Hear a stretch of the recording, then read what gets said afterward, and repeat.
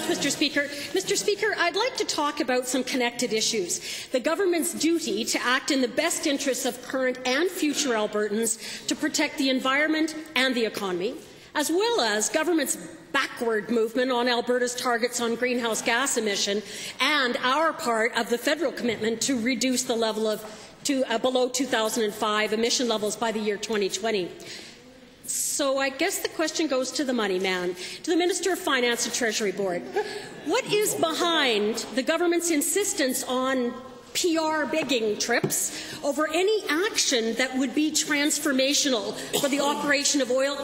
Honourable Minister.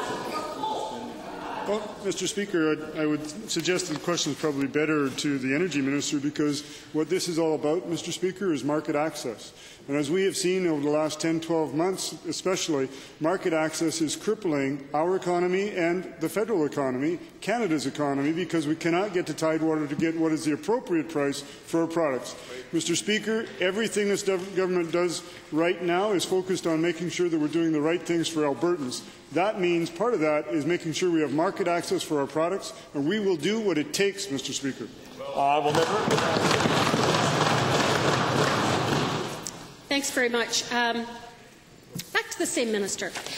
Given that the coal-burning power plants are the single largest emitters of greenhouse gas, why has the government done absolutely nothing to encourage transformation of this sector to a less carbon-intensive fuel? As a matter of fact, what it has done is extend the worst polluters for up to an additional 10 years. How is that helping our economy? Let me take that. And, Mr. Speaker, there's been a couple of questions today which seem to be based on a completely false assumption. The carbon levy in this province has never been about raising money for general revenues. The carbon levy has historically always been about using it to reduce greenhouse gas footprint. And in fact, the question with respect to coal, Mr. Speaker, there were adjustments made last year, again in close consultation with the industry and with the Government of Canada, to ensure that we got to the right outcome for the long-term health of Albertans indeed. Honourable member. Okay, then to the Energy Minister.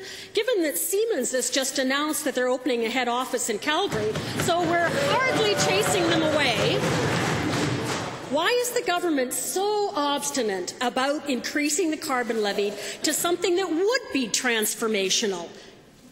You could start anywhere. I would take $50 and then phase it in at $10 a year. But it's got to be transformational, or we are not going to get anything happening, and we'll be sitting here 10 years from now with the same question. Honourable Minister.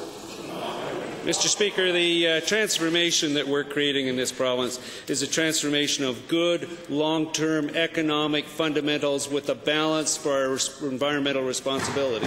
And because of that, Mr. Speaker, we will be successful in achieving market access for our products, because we will continue to be the responsible provider of energy for America and for the rest of the world.